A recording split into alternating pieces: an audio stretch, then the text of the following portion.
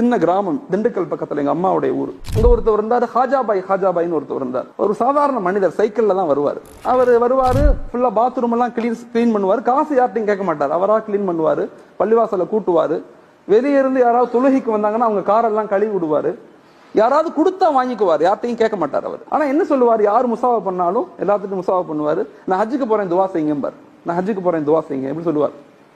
அப்ப நாங்கெல்லாம் சின்ன பசங்க எல்லாம் அவரை கேலி பண்ணுவோம். ஹஜா பாய் எப்ப ஹஜ்ஜுக்கு போறீங்க, எப்ப பாஸ்போர்ட்லாம் எப்ப, இந்த வந்துடும், அடுத்த வாரம் பாஸ்போர்ட் வந்துடும், அடுத்த வாரம் டிக்கெட்லாம் வந்துடும், போயிருவேன் அப்படின்னு சொல்லுவார். எப்ப கேட்டாலும் இதான் சொல்லுவார். நான் அப்புறம் ஓதி எல்லாம் முடிச்சு பெரிய பிள்ளை ஆயிட்டேன். பட்டம் எல்லாம் வாங்கின பிறகு நான் ஊருக்கு போறேன். ஊருக்கு போய் பள்ளி முத்தவல்லியை சந்திக்கும் போது யதார்த்தமா கேட்கிறேன், முத்தவல்லி சாப் ஹாஜாபாயை காணாம எங்கன்னு கேட்டேன். ஹாஜாபாயை காணன்னு அவர் அழுதார், முத்தவல்லி அழுதாரு. நான் கேட்டேன், ஏன் ஹாஜார் அழுகுறீங்கன்னு கேட்டேன். மொரோனா ஹாஜாபாய் மௌத்தா போயிட்டாரு அப்படின்னு சொன்னார். அங்க பெரிய ஷாக்கெல்லாம் இல்ல, மௌத்தா போயிட்டாருன்னா மௌத்தா போதானே செய்வாங்க, மௌத்தா ஆயிட்டா அப்படியா, அதுக்கு ஏன் அழுகுறீங்கன்னு கேட்டேன்.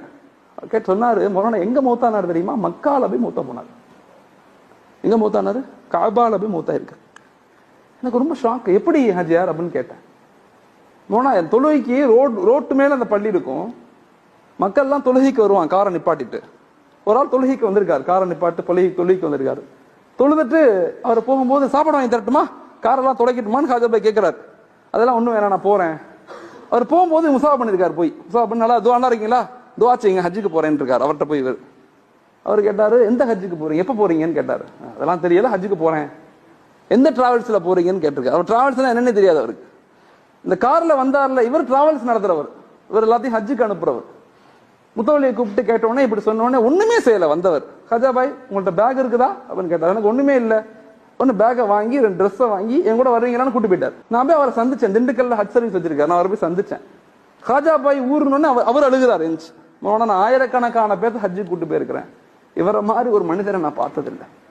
எல்லாம் முடிஞ்ச பிறகு லுஹருடைய தொழுகை காபாக்கு வர்றோம், தொழுகிறோம், தஜ்தாலே மௌத்தா போயிட்டார்.